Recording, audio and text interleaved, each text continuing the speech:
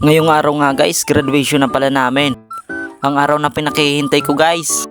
At kung di ka busy, tara, sayangin natin ang ilang minuto ng buhay mo. At yun na nga guys, dahil graduation na talaga namin. Maaga ako nagising at naligo guys. At agad ko na rin inayos yung mga gagamitin ko guys. Inuna ko na pala yung slacks na gagamitin ko guys. At kahit nga walang nagtanong, sasagutin ko na guys. At 1 PM nga guys ang simula ng graduation namin. At sa mga oras na to guys, totoo nagugutom na talaga ako. Kaya magkakape na lang muna ako guys. At may dala naman ako dyang pandesal. Kape, pandesal, kape, pandesal, yo, yes. Yummy. Mami! At dinot-dot ko na nga guys at binuntog ko na guys. Sarap. Yummy. Ay, Bicol yun guys, Bicol yun. At pakatapos ko nga mag-almusal guys. At sinunod ko na nga yung tugang gagamitin ko para mamaya. At habang nakabidyo nga guys, nagpipiling marunong tayo dito guys. Char!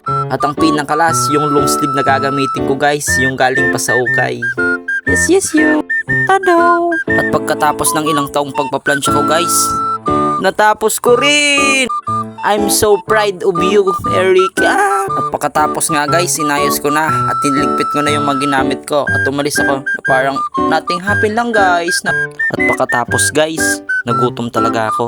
Kaya tara, kain tayo ng prinitong saging na may sabaw with batag. At habang kumakain nga ako guys, hindi naman halata na nagutom talaga ako. Lamit. Guys, retreat, full build na talaga yung tiyan ko. At pagkatapos ko nga kumain guys, naligo talaga ulit ako. At dahil nga excited talaga ako, dali-dali na akong bumihis guys. Hey, outfit check, baka graduating yan. Pagkatapos ko nga magbihis guys, agad na rin akong pumunta sa school. Nadatnan ko nga guys yung mga pugat magaganda kong classmate guys. At di na nga ako nakapag-video guys, pero marami pang nangyari. At yun na nga guys, mukhang tatawagin na ako. Yo! That area is also an hourly and athletics.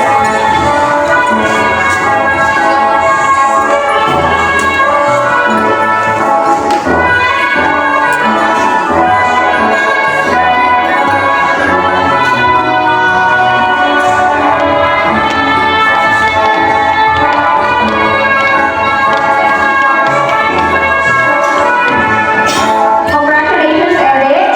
Wushu, bronze medalist in Sobrang saya ko guys, di ko expect na ganito pala pag may award at may medal pa. Thank you po sa inyo. At dito nga guys, binigay na sa akin yung certificate at nakipag-handshake na nga ako. Sobrang saya ko talaga guys, dahil nakapagtapos na ako ng grade 12. College na naman ang iisipin ko. Yes, yo.